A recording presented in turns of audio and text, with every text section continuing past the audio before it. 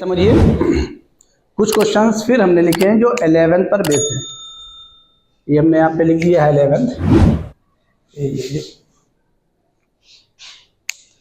आइए देखिए, पहला क्वेश्चन है ये, from a group of 10 persons consisting of 5 lawyers, 3 doctors and 2 engineers. 4 persons are selected at random. Find the probability that the selection contains at least one of each category. तो देखिए इसमें कितनी category है? 3, जिसमें क्या क्या है बोलिए? डॉक्टर्स हैं, है ना भाई, और ये डॉक्टर्स हैं, फिर क्या है? लॉयर्स हैं, फिर क्या है? इंजीनियर्स हैं। इनकी काउंटिंग कितनी है? डॉक्टर्स की कितनी है? 3, लॉयर्स की 5 और इंजीनियर्स की 2। ये इनकी एक काउंटिंग दी है। आइए पहचानिए। अब यहां पर आप इनमें से कितने को सेलेक्ट करना है? 4 persons आर सेलेक्टेड। कितने में से? 10 में से। और फिर उसके बाद ही आपकी जब इनको सेलेक्ट करेंगे इस तरीके से तो आपकी फेवरेबल हो गई, एनी हो गई। अब क्या यहाँ आप सैंपल स्पेस फॉर्म कर सकते हैं? नहीं। यहाँ पर क्या होगा? Number of element sample space में चाहिए और नंबर ऑफ एलिमेंट किसमें चाहिए? इवेंट में। तो आइए पहले number of element in sample space निकाल रहे हैं। कुल कितने हैं? कितने को सेलेक्ट करना है? तो क्या हो जाएगा? यहाँ पर कोई कंडीशन नहीं, 10 में से टोटल सेलेक्ट कर ले रहे हैं। तो हमने आपसे कहा था कि सैंपल स्पेस हमारे इस पर भी कॉम्बिनेशन पे भी डिपेंड करता है। तो ये वो भी चीज आ गई। बताइए जल्दी किसके बराबर होगा? तेज बोलिए। 10C4। अब आइए number of elements in events निकाल लीजिए। जो आपके ये 4 persons are selected at random, find the probability that the selection contains at least one of each category. At least one यानी कम से कम एक सब में से हो। तो पहले शुरुआत कहां से करिए? जो पहले आपने लिखा, पहले किसको लिखा? डॉक्टर और किसको लिखा है? तो अब यहां से एट लीस्ट वन तो शुरू करिए। तो पहले डॉक्टर और लॉयर्स के 1 ले लीजिए, जिसे कम से कम एक सबके आ जाए। तो क्या हो जाएगा बोलिए? 3C1 इंटू बोलिए इसके, और कितने लोगों को लेना था बोलिए? 4। कितने बचे? 2। तो अब बताइए 2 कहां से ले लें? इंजीनियर से ले लें। और इंटू 2 बोलो C2। तो क्या है कोई जरूरी है 2 यहीं से लें? तो 2 तो हर जगह से हो सकते हैं ना। तो अब ये केसेस कितने राइज हो रहे हैं? 3, यानी 2 यहां से लीजिए, 2 यहां से, बाकी 1 कहां से लीजिए? बचे हुए से, रेस्ट से। तो आपका आ गया। तो ये कितने केसेस बनने जा रहे हैं? और तीनों बनना कौन सी इवेंट है? म्यूचुअली एक्सक्लूसिव, सब नहीं बना सकते। तो ये प्लस हो गया। अब ये इंटू क्यों किया? क्योंकि ये इंडिपेंडेंट है। क्यों इंडिपेंडेंट है? क्योंकि आपको 4 सेलेक्ट करने हैं, यानी 4 लेना। 1 लिया तो अभी 1 ही हुआ, एंड फिर अगला 1 लिया, फिर एटलीस्ट 1 आ गया। अब आगे क्या बचा? 2 ले लिया। तो जहां पर ये रिस्ट्रिक्शन हो जाए एटलीस्ट की, तो वहां पर आप ये करिए। अब आइए देखिए, और चूंकि कंडीशन आगे भी लगा दी 4 लेना है, तो अब आइए प्लस। जल्दी बोलिए। अब बताइए कहां से 2 लिया है? अब कहां से ले लीजिए? डॉक्टर से ले लीजिए। तो जब डॉक्टर से लेंगे, डॉक्टर कितने हैं? 3। तो क्या लिखे यहां पर बोलिए? 3C2। अब इसी को खाली देखिए कि 1 एक लिखे, बाकी रेस्ट ऑफ 2 कितने होने चाहिए? 1 इंटू, जल्दी बोलिए, फिर बोलिए कितना? चलिए हो गया। फिर क्या? प्लस। क्यों? चूंकि 4 यहां से, 4 यहां से, कोई एक ही बनेगा। अगर आपने गलती से इसको इंटू कर दिया तो इंडिपेंडेंट हो गया। 4 यहां से भी लिया, 4 यहां से भी लिया, 4 यहां से। कुल कितने ले लिए? 12। 6 कितने? 10। तो जान लीजिए नोबेल प्राइज मिलेगी फिर आपको। फिर प्लस, अगला बोलिए कहां से लें? अब 2 लायर से। तो क्या हो जाएगा बोलिए? चलिए इसी उसमें लिखिए, ठीक है। 3C1 इंटू, जल्दी बोलिए, 5C2। पोजीशन को देखते रहिए बस, एक फिर 2 इंटू 2C1 ये। अब ये आपके नंबर ऑफ इवेंट आ गई। अब जब प्रोबेबिलिटी लिखना है, ये उस इवेंट की लैंग्वेज लिख लीजिएगा, at least 1 person contains from each category, यानी selection of probability of selection of 4 person contains at least 1 person from each category, language लिख लेंगे ना। तो ई को पहले वही लेट कर लीजिएगा, फिर लिखने की जरूरत नहीं पड़ेगी, या जैसा आप समझिएगा। तो अब क्या लिख दें, एनी बाई एन एस। क्या आप इसको सॉल्व कर लेंगे कि नहीं? कर लेंगे ना, कोई डाउट तो नहीं ना? चलिए आइए अगला देखिए, ये दूसरे वाले को, ये भी अच्छा क्वेश्चन है। 3 vertices out of 6 vertices of a regular hexagon are chosen randomly. Find the probability of getting an equilateral triangle. अब यहां पर ही आपको पता होना चाहिए कि रेगुलर हेक्सागन में इक्विलेटरल ट्रायंगल कितने होते हैं। तो देखिए रेगुलर हेक्सागन हम पहले आपके बनाने जा रहे हैं यहाँ पर, तो ये बना करके ही फिगर में देखिएगा तो आपको एक चीज क्लियर हो जाएगी। ये हमने बना लिया, और इसका नाम लिख दीजिए ABCDE, और कितने वर्टिसेस हैं? तो NS कितना हो गया, बोलिए? 3 vertices of 6 vertices of regular hexagon are chosen randomly, यानी जब जाहिर है इसमें से कोई 3 कोलिनियर तो नहीं है ना, बोलिए भाई, कोई भी 3 कोलिनियर नहीं है, तो number of triangles, total number of triangle यही तो हुआ, NS किसके बराबर हो जाएगा, बोलिए तेज बोलिए, 6C3। अब यहां पर पहचानिए कितने इक्विलेटरल ट्रायंगल है, ये इंटरेस्टिंग है। आपको यहां पर यही देखना पड़ेगा कि कितने नंबर ऑफ इक्विलेटरल ट्रायंगल है। जल्दी बताइए, इसमें अगर बता दीजिए तो हम समझ जाए कि आपको इक्विलेटरल ट्रायंगल फॉर्म करना आता है। और देखिए रेगुलर हेक्सागन है, ये अपोजिट साइड्स पैरेलल होती है, इसकी हाफ होती है, सब आपने पढ़ ही रखा है।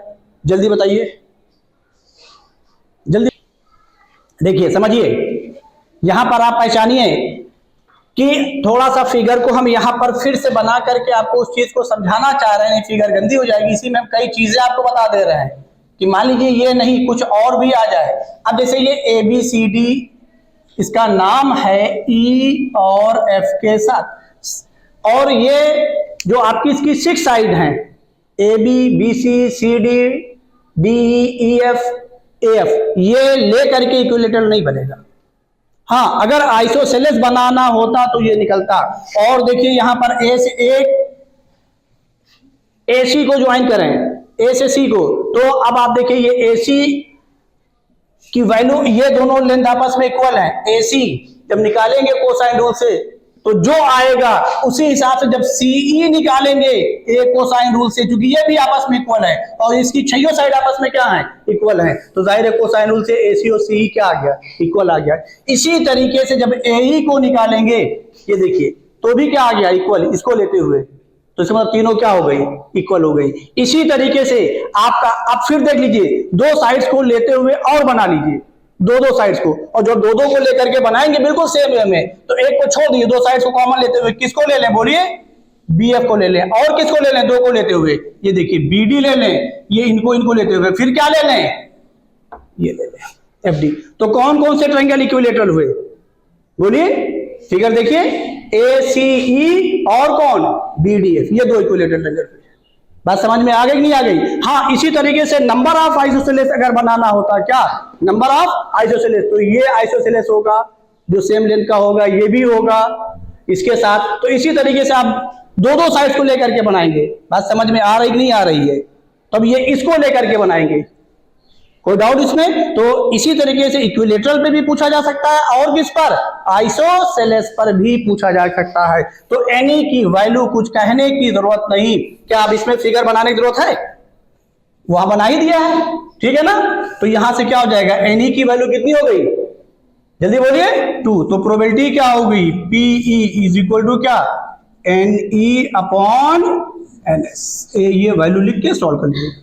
कोई डाउट बताइए, कोई कंफ्यूजन हो तो बताइए, कैसे इक्विलेटरल हुआ, ये बात समझ में आई नहीं आई? जब इसको, इसीलिए फिगर को यहां नहीं गंदी कर रहे हैं, जब इसको हम कोसाइन रूल से इसमें यूज करके निकालेंगे, क्योंकि ये लेंथ सबके बराबर है, उसी तरीके से जब इसको निकालेंगे ये इसको देखिए, इसको निकालेंगे, ये इसको देखिए, यहाँ पर इसको हम डार्क कर दे रहे हैं, इसको लेकर के कोसाइन रूल से निकालेंगे, और इसी तरीके से ये इसको लेकर के निकालेंगे ये इसको, ये सब इक्वल है, तो ये तीनों क्या हो गई, इक्वल हो गई, इक्विलेटरल। इसी तरीके से रेस्ट वाली भी हो गई।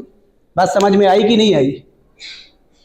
तो ये आपको चीजें आनी चाहिए, ध्यान रखिएगा, क्योंकि प्रोबेबिलिटी के क्वेश्चन में, परम्यूटेशन कॉम्बिनेशन क्वेश्चन में कुछ ऐसी चीजें भी पूछी जाती जो आपको फिगर में पता है कि नहीं पता है, तो वहां आपसे थोड़ी नहीं पूछेंगे रेगुलर हेक्सागन की प्रॉपर्टी पूछेंगे, उसका यूज जरूर पूछेंगे। नोट कर लीजिए इसको।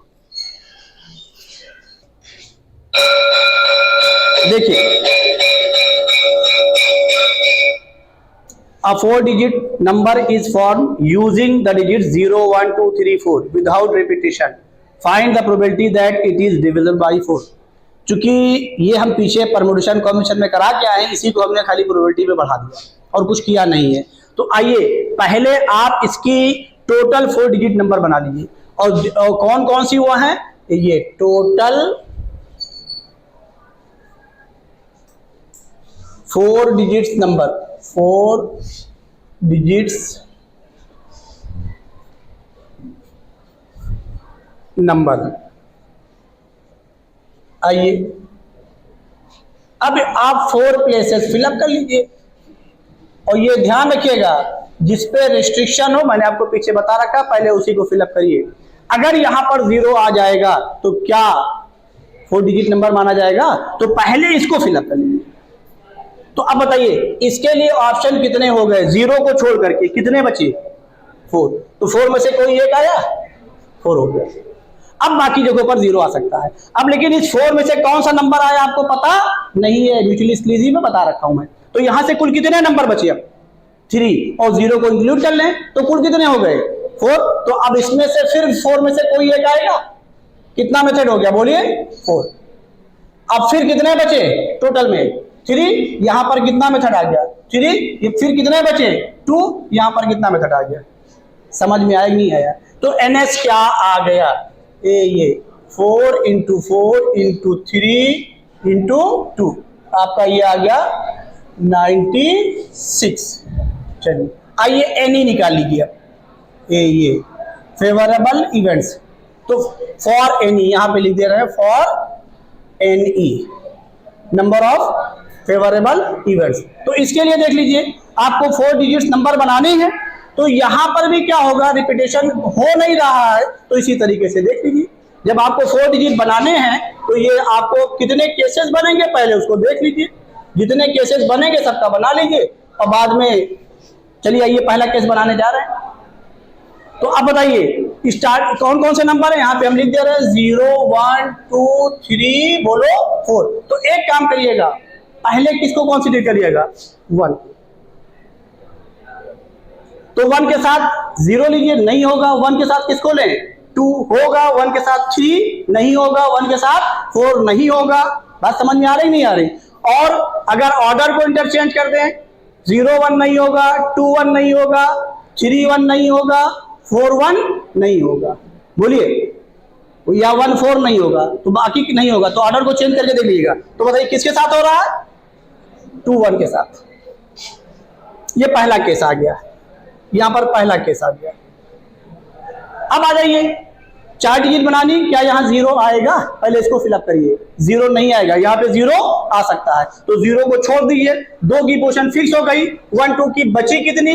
3। 0 यहां आएगा नहीं, तो यहां के लिए कौन नंबर हुए बचे?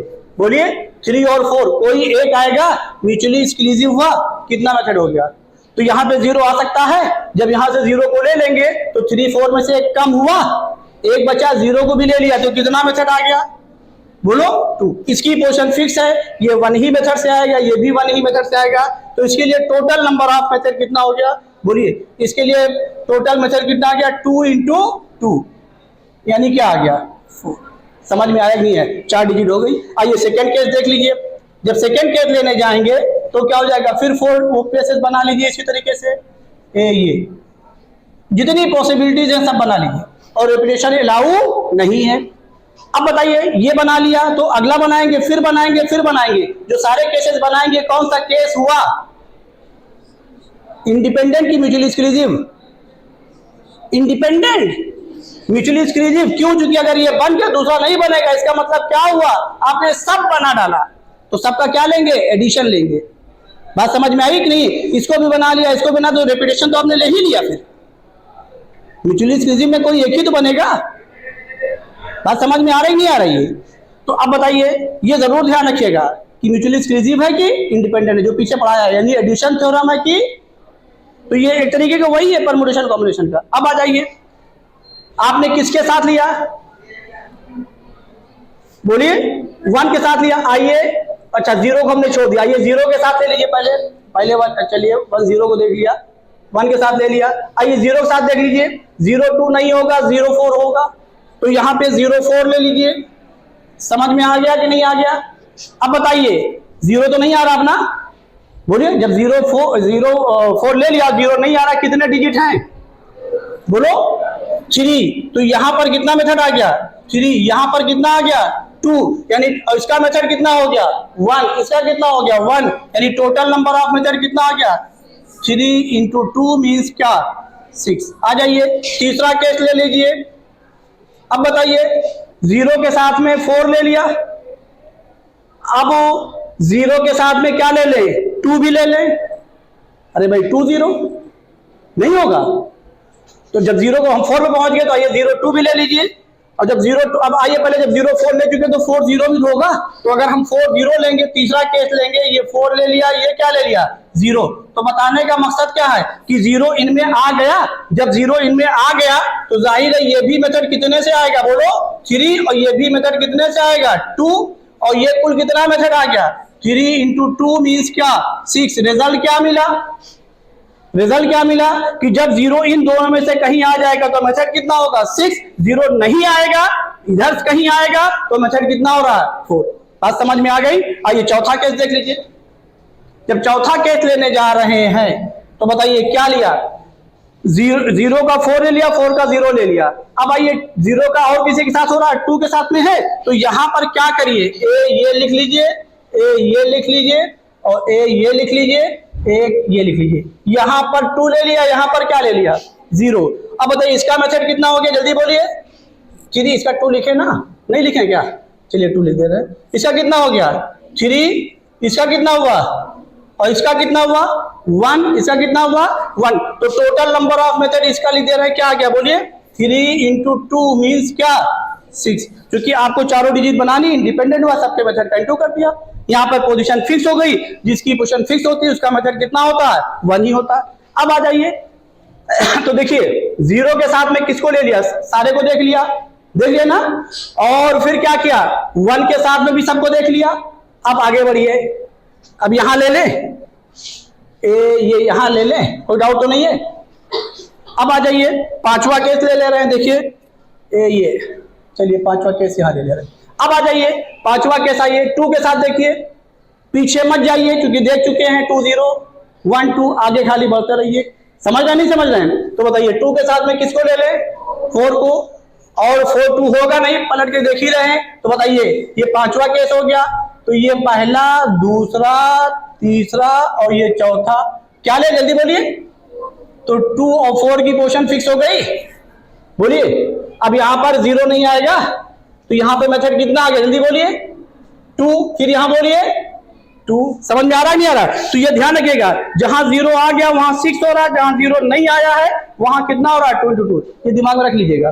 तो बताइए कितना मेथड आ गया इसका, 2 × 2 कितना आ गया, 4। आइए छठा केस देख लीजिए, छठा केस यहां बना दे, बोलिए भाई, ये छठा केस, ठीक है ना। तो यहां पर क्या हो जाएगा, ये प्लेस बनाइए, और उसके बाद आगे आइए। अब पीछे वापस नहीं आना है क्योंकि पीछे सबका देख चुके हैं, आगे बढ़े, बोलिए।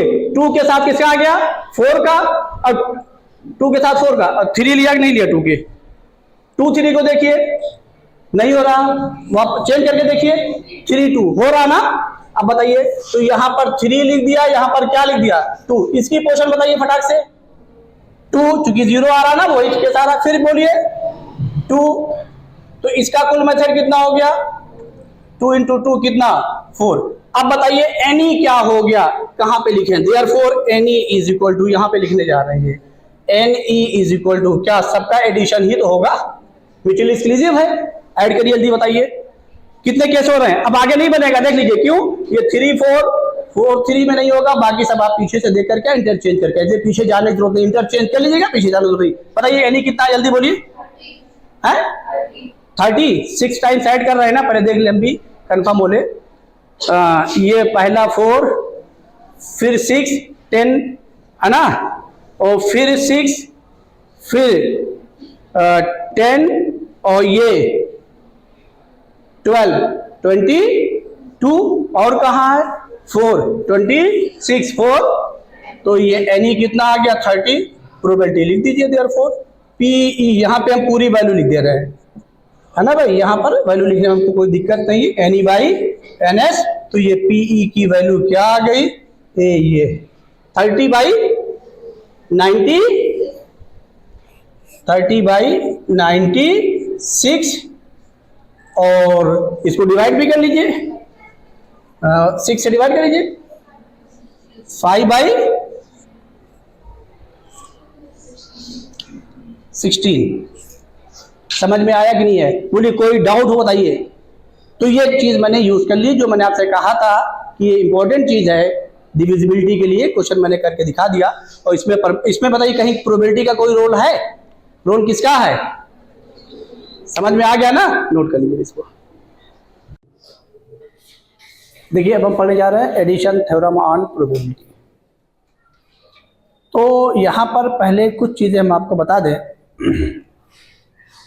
जैसे आपने पीछे पढ़ा है ए यूनियन बी, इसके बारे में पढ़ा है, जो इसकी आपने डेफिनेशन पढ़ी वो यही पढ़ी है, ये प्रॉपर्टी मेथड में x such that x belongs to A और एक्स बिलोंग्स टू क्या,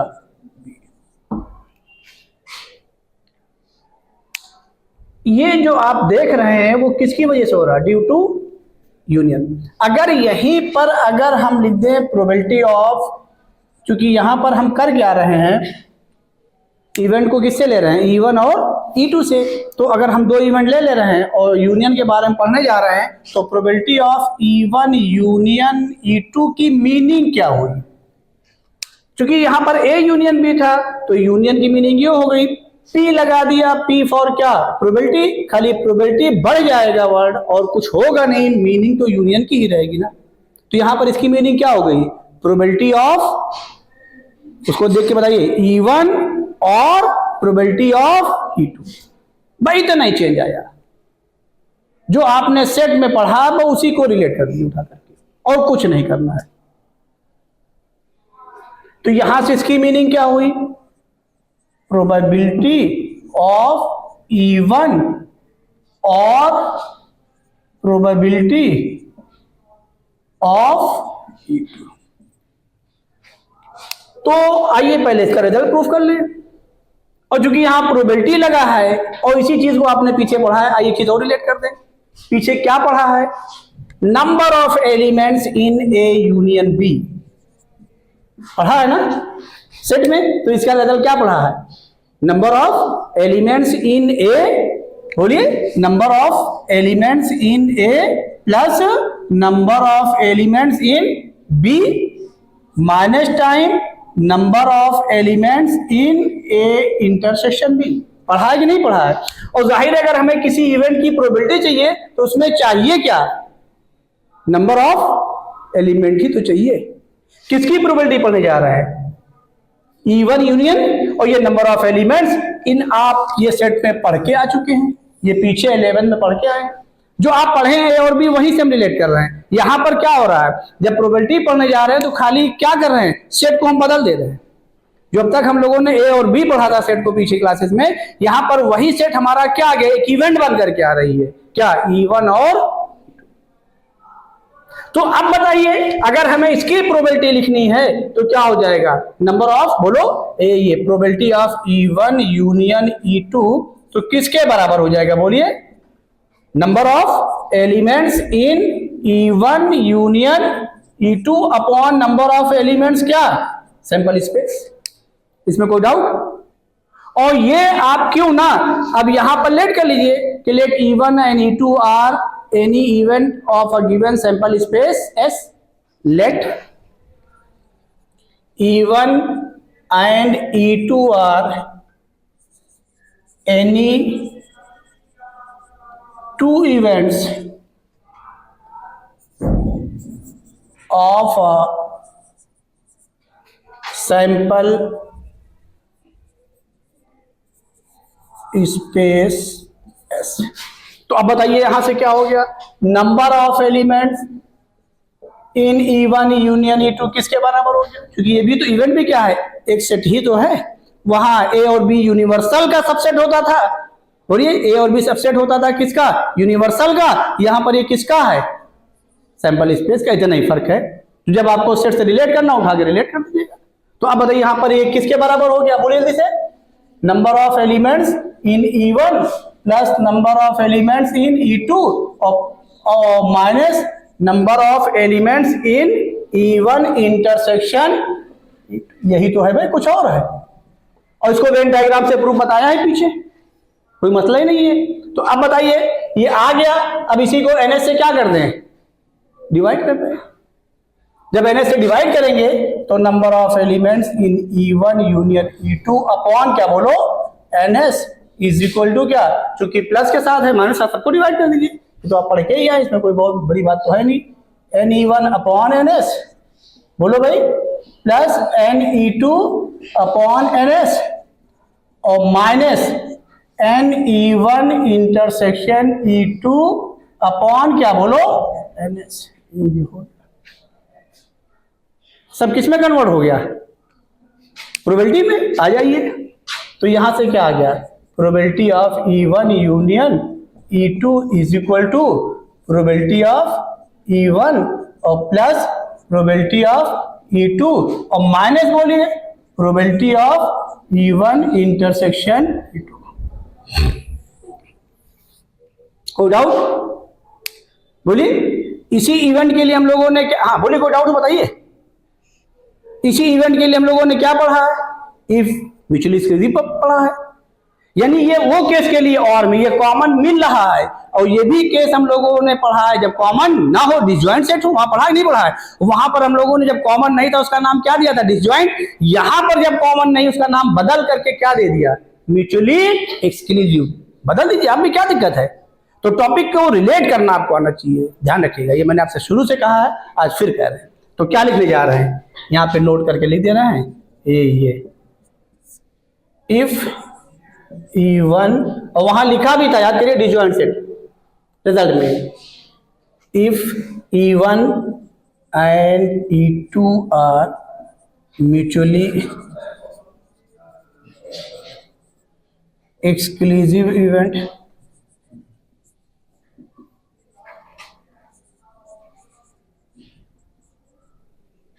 देन E1 इंटरसेक्शन E2 किसके बराबर, नल सेट के। तो जाहिर नंबर ऑफ प्रोबेबिलिटी एलिमेंट भी क्या हो गया, जीरो हो गया। तो यहां से क्या हो जाएगा, number of elements in E1 intersection E2 is equal to zero. Therefore probability इसको से डिवाइड करेंगे, है ना भाई। तो क्या हो जाएगा, ये probability of E1 intersection E2 is equal to क्या, जीरो। ये तो ये वैल्यू वहां पुट कर देंगे, तो क्या हो जाएगा, probability of E1 union E2 is equal to क्या आ गया, प्रोबेबिलिटी ऑफ E1 और प्लस प्रोबेबिलिटी ऑफ E2। ये किस केस के लिए आया है, जब इवेंट्स क्या होगी, म्यूचुअली। तो अब देखिए फिर रिलेट कर लीजिए परम्यूटेशन कॉम्बिनेशन से। अभी अभी आपने 4 डिजिट के नंबर फॉर्म की थी प्रोबेबिलिटी में, तो कितने केस बने थे, वो 6 केस। वो सारे के सारे केस क्या थे, म्यूचुअली एक्सक्लूसिव थे। आपने सारे का क्या लिया था, तो वही कॉन्सेप्ट यहां भी तो आ रहा है। ऐसे चाहे जितनी इवेंट ले लीजिए, अगर वो म्यूचुअली एक्सक्लूसिव है तो उनमें कोई कॉमन तो होगा नहीं, तो किसके बराबर हो जाएगा, सबके एडिशन के बराबर हो जाएगा प्रोबेबिलिटी। कॉन्सेप्ट वही है, सिर्फ प्रोबेबिलिटी लग जा रही है। वहां पे परम्यूटेशन में किया, यहाँ पे प्रोबेबिलिटी में करेंगे। तो टॉपिक नई जरूर आती है, लेकिन जो आपकी फील्ड होती है वो सेम होती है। फील्ड वही होती है, खाली टीमें आके बदल बदल के खेलती है। वही चीज यहां पर भी है, मैदान एक ही होता है और खाली डिफरेंट डिफरेंट कंट्री के लोग आके खेलते हैं। वही चीज़ यहाँ पर भी है, ये ध्यान रखिएगा। समझ में बात आई कि नहीं आई? कोई डाउट हो बताइए, इसको नोट कर लीजिए, आगे चले। देखिए, पहले मैं एक चीज़ आपको और बता दें कि जो भी हमने आपको पीछे बताया, probability of E1 union E2, इसी को हम ऐसे भी लिख सकते हैं, प्रोबेबिलिटी ऑफ E1 और E2। ये लिख के आ जाए, सोचिए क्या आ गया, ये जरूर ध्यान रखिएगा। अगर probability of E1 plus E2 भी लिख के आ गया तो भी कोई दिक्कत नहीं है, मीन्स यूनियन ही है, यानी एडिशन थ्योरम ही है। क्या है? Addition theorem. ठीक, ये ध्यान रखिएगा। आइए अब यहीं पर आगे एक्सटेंड कर दे रहे हैं हमने। E1 E2 दो इवेंट लिया, अब इसको आगे कंटिन्यू कर दे रहे हैं। किसके लिए? E1 E2 E3 are 3 events, यहाँ पर ये लिख दे रहे हैं अगली आर्टिकल के फॉर्म में। Let E1 E2 and E3 are any events. और देखिए, जब तक एग्जॉस्टिव नहीं कहा जाएगा तब तक ध्यान रखिएगा, एग्जॉस्टिव में क्या कहा है, उसका यूनियन किसके बराबर? सैंपल स्पेस के बराबर। तो अभी आगे इसका यूज बहुत होगा, ध्यान रखिएगा, आगे भी यूज होगा, उसी पर आपकी थ्योरम बनेगी आगे। Any events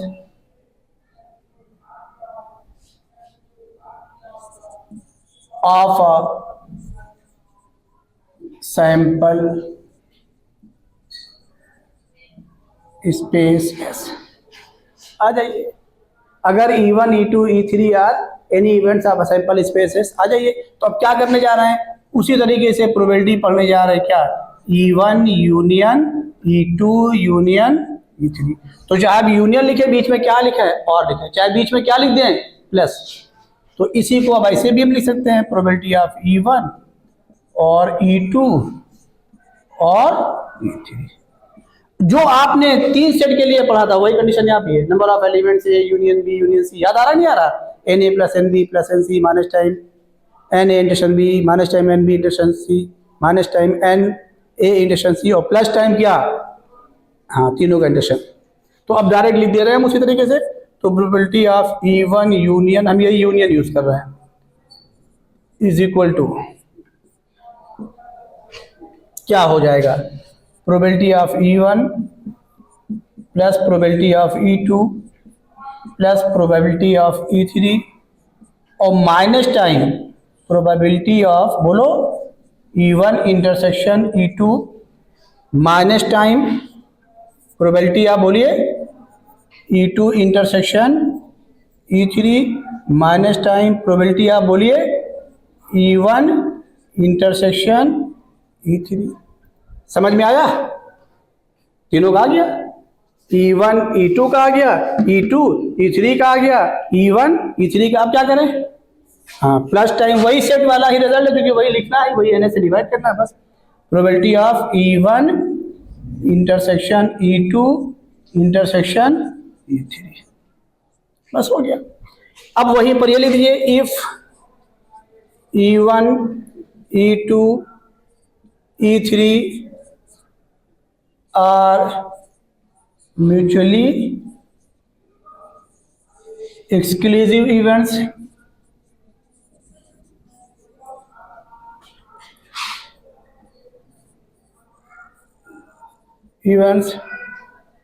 then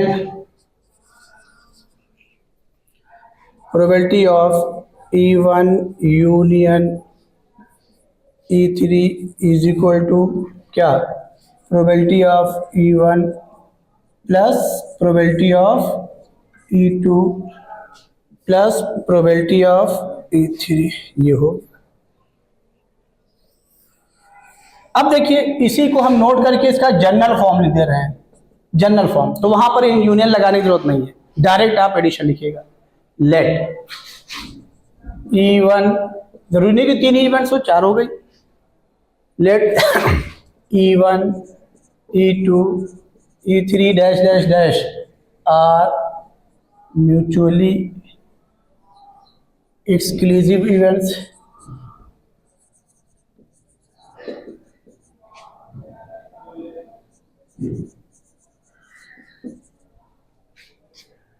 is equal to, अब यूनियन मत लगाइए, क्या हो जाएगा, सबका एडिशन, ये जनरल फॉर्म याद रखिएगा।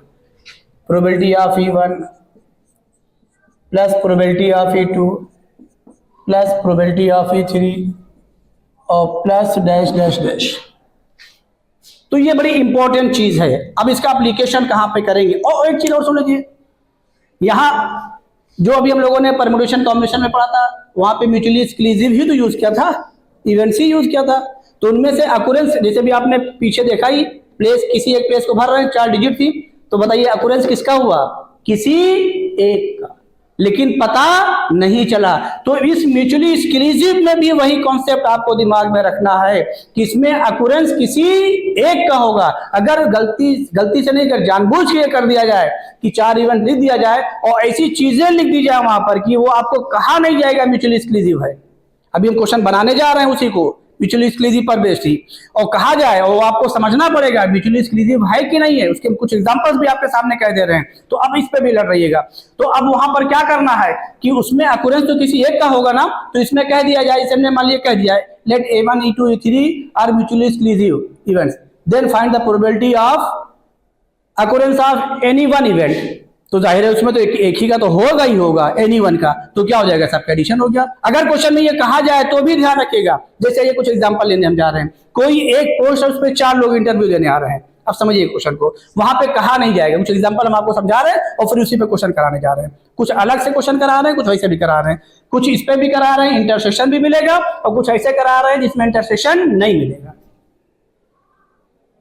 तो अब जैसे हम कह रहे हैं कि एक पोस्ट के लिए 4 लोग इंटरव्यू देने आ रहे हैं, तो बताइए किसी एक पोस्ट पर अगर 4 लोग इंटरव्यू देने आ रहे हैं, तो बताइए कौन सी इवेंट हुई? चलिए बोलिए, सिलेक्शन तो किसी एक का होगा कि सबका हो जाएगा, और उनके सेलेक्ट होने की प्रोबेबिलिटी लिख दीजिए, मान लीजिए 1/3 1/4 1/5 है। Then find the probability of selection of anyone. अगर कभी लिख देगा find the probability of their selections, their selections भी कह दिया गया, तो देयर सिलेक्शंस नहीं होगा, सिलेक्शन किसका होगा? यहां पर देयर सिलेक्शन के मतलब उनमें से किसी एक का, क्यों? चूंकि एक पोस्ट है, इंटरव्यू कितने लोग देने आ रहे हैं? 4 लोग, तो सिलेक्शन किसी एक का होगा और वो एडिशन के बराबर हो जाएगा। ये बड़ी इंपॉर्टेंट चीज है, ध्यान रखिएगा। जैसे एक हमने एग्जाम्पल लेके दिखा दिया, कोई रेस करा दें, कोई रेस करा दें, किसी की भी रेस, कार रेस होती रहती है, बोलिए, अरे देखते नहीं आप लोग, कार रेस होती रहती है और उनमें से दे दिया रहेगा कि इनकी विन करने की प्रोबेबिलिटी ये है, और उसमें 10 लोग पार्टिसिपेट कर रहे हैं, तो क्या होगा? विन सभी करेंगे, कोई एक करेगा? कोई एक करेगा। भाई यही दिमाग में रखना, यही सारी चीजें पे क्वेश्चन आप हम करने जा रहे हैं, इसको नोट कर लीजिए, हम आगे चले। देखिए 2 क्वेश्चन हमने आपके सामने लिखे हैं और उसका यूज देखिए, जो भी रिजल्ट आपने पढ़ाया। There are 30 cars which are numbered from 1 to 30 consecutive numbers, यानी 1 to 30, 1 से लेकर के 30 तक नंबर है। 1 card is drawn randomly, find the probability that it is divisible by 4 और 5। तो अब क्या करिए, और आया, अब यहाँ पे कंफर्मेशन नहीं है कि म्यूचुअली एक्सक्लूसिव है कि नहीं, तो पहले आप लेट कर लीजिए, लेट E1, यहाँ पर इसका सोल्यूशन पहले वाले का कर दे रहे हैं, ये 2। अब लेट E1 पूरा लिखेगा, E1 जो है डिविजिबल किसके लिए शो कर रहा है? 4 से, तो यहाँ पे जो डैश किया मीन्स किससे डिविजिबल है? ये 4 से, ये यहाँ पे लिख दिया डिविजिबल बाई 4। और E2 को किससे लेट कर लिया? क्योंकि 2 इवेंट है ना, 4 और 5, तो लेट करना पड़ेगा। क्या E2 किससे डिविजिबल है? 5 से। अब आपको क्या निकालना है? प्रोबेबिलिटी निकालनी है, और है तो पहले रिजल्ट लिखिए, और रिजल्ट लिखने से पहले आप देख लीजिए, पहले E1 सेट बना लीजिए, E1 में कौन कौन से नंबर आ रहे हैं उसी हिसाब से म्यूचुअली एक्सक्लूसिव देख लीजिए। जहां सेट बनेगा वहां सेट बना लीजिएगा, जहां सेट नहीं बनेगा वहां वैसे देख लीजिएगा। आइए E1 4 से डिविजिबल लिखिए, जल्दी बोलिए, सेट लिखिए, 4 8 12 16 20, अरे इसकी टेबल डालिए, फिर 24, फिर बोलिए 28 32 भी, हाँ तो 1 से 30 तक लेने हैं, आ गया। अब आ जाइए E2 किससे डिविजिबल है? 5 से, जल्दी बोलिए, 5 10 15 20 25, 30। अब इसमें देखिए कॉमन है कि नहीं है, देखिए है, इसका मतलब म्यूचुअली एक्सक्लूसिव नहीं है। तो अब E1 इंटरसेक्शन E2 लिख लीजिए। जब E1 इंटरसेक्शन E2 लिखेंगे तो इसमें कितने एलिमेंट्स आ रहे हैं बोलिए? 20। और कितना एलिमेंट आ रहा है? एक ही आ रहा है। क्या और भी है कोई? जल्दी बोलिए। एक ही है ना? ये देखिए, समझ में आ गया कि नहीं आ गया? कोई डाउट इसमें? तो क्या ये म्यूचुअली एक्सक्लूसिव हुआ? और कुल कितने नंबर हैं? 30। तो NS किसके बराबर हुआ बोलिए? 30 के बराबर। प्रोबेबिलिटी ऑफ E1 निकाल लीजिए। प्रोबेबिलिटी ऑफ E1 कितना हो गया? यहाँ पे कितनी काउंटिंग है देखिए? 7। तो क्या हो जाएगा? डायरेक्ट लिख दें 7 बाई क्या? 30। और प्रोबेबिलिटी ऑफ E2 भी लिख दीजिए। जल्दी लिखिए, कितना आ गया? 6 बाई 30। और probability of E1 intersection E2 भी लिख दीजिए। सभी तो उसी के सबसेट है, इसी के तो हैं। जल्दी बोलिए कितना? 1 बाई 30। अब देयरफॉर अब E1 यूनिटी का मतलब ही क्या हो गया? डिविजिबल बाई 4 और 5 लैंग्वेज लिख दीजिएगा, हम रिजल्ट लिख दे रहे हैं। तो probability of E1 union E2 किसके बराबर आ गया? जल्दी बोलिए। Probability of E1 plus probability of E2 minus, फिर बोलिए, probability of E1 intersection E2। Result लिख लेंगे तो बताइए क्या आ गया? जल्दी बोलिए। यहां पर प्रोबेबिलिटी ऑफ E1 कहां निकाला? 7 बाई 30, फिर प्लस 6 बाई 30, फिर बोलिए माइनस 1 बाई 30। तो ये एलसीएम सेम है, खाली वो कर दीजिए। कितना आ गया? 12 बाई 30। समझ में आया कि नहीं आया? कोई डाउट? तो ये कितना आ गया? 2 बाई 5। समझ में आया कि नहीं आया? कोई डाउट? जल्दी नोट करिए, अगला बता दें। देखिए अगला क्वेश्चन देखिए। From a well shuffle playing cards, one card is drawn randomly, find the following probabilities. It is heart or king.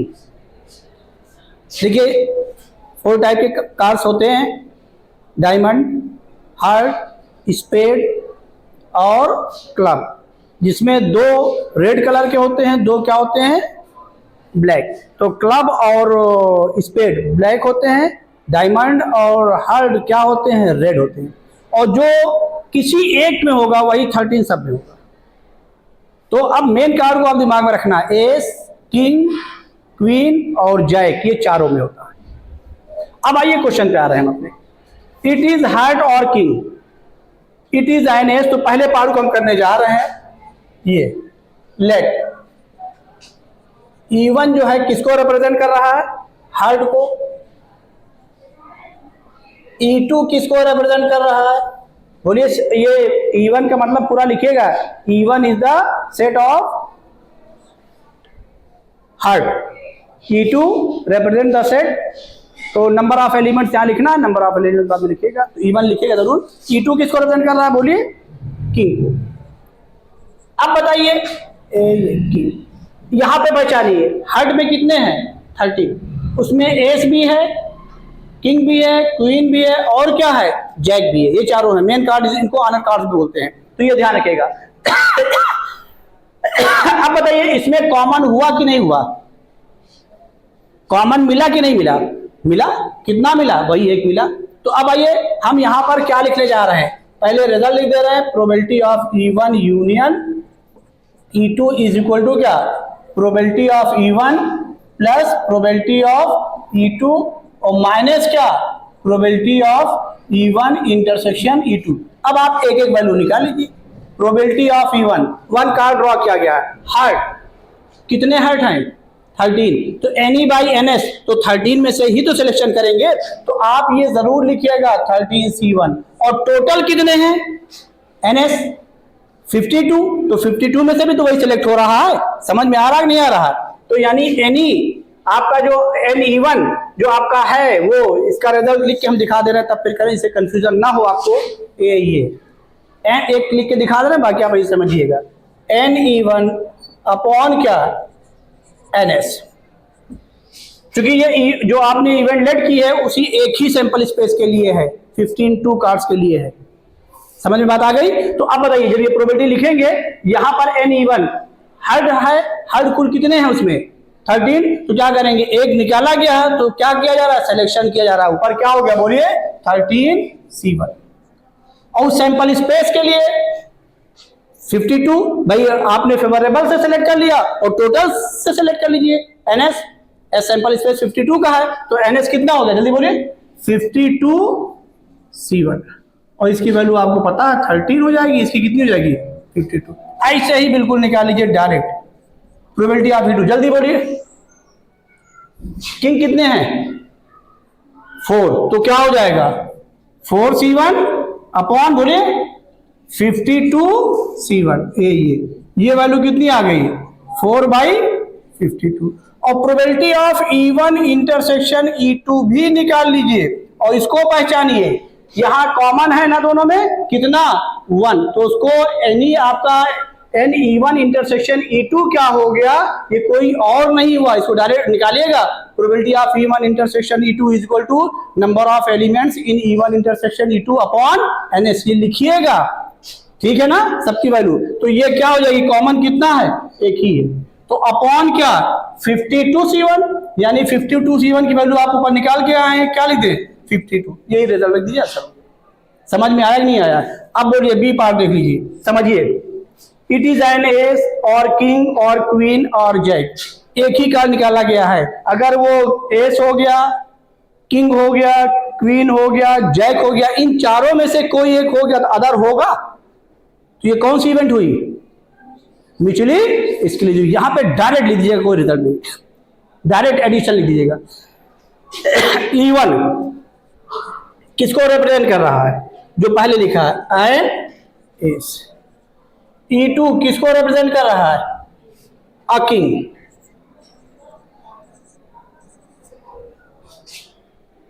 और अ किंग लिख लीजिएगा, और अ क्वीन, और अ जैक।